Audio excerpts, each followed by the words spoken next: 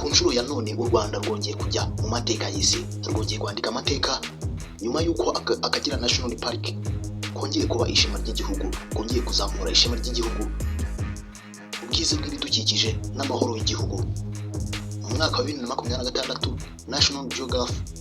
National Geographic yashize Akagera mu rutonde rw'ahantu 25 nyaburanga kurusha ahandi ku isi, aho intare zivugira mu misozi, inzovu zitambira mu mashamba, n'ibiyaga biririmba umuziki w'amahoro. Akagera si pariki gusa, ahubwo ni inyandiko y'ubuzima, ubwiza bw'iterambere ry'u Rwanda. Ni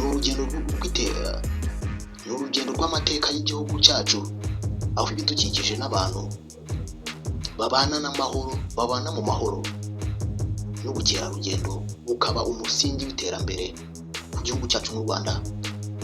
Akagera ifite ubwiza budasanzwe, ibiyaga 7, ubusitani bw'amashyamba, imisozi y'uburanga.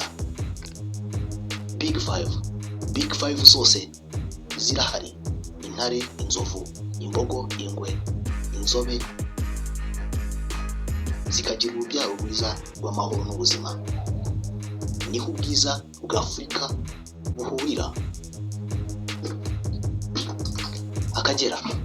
Akagera ni ishuri ry'ubukerarugendo, ni ishuri ry'ibidukikije, ahantu abasura baraharangarira ubwiza bwaho n'ubwiza bw'amahoro. Iyo bahasuye babona uko u Rwanda rwubaka ejo hazaza harwo hashingiye ku bidukikije. Kubera imbaraga z'Abanyarwanda, Akagera yahindutse urugendo rw'ubukerarugendo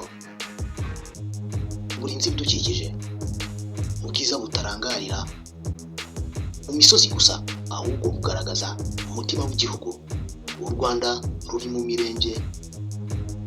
murenge w'iterambere, ubwiza n'ishema. Akagera ni ikimenyetso cy'ubwiru bw'ubuzima bwiza bw'Abanyarwanda. None se witeguye gufata umunsi usura Akagera National Park ngo ubone ubwiza n'amahoro bikorera mu Akagera National Park?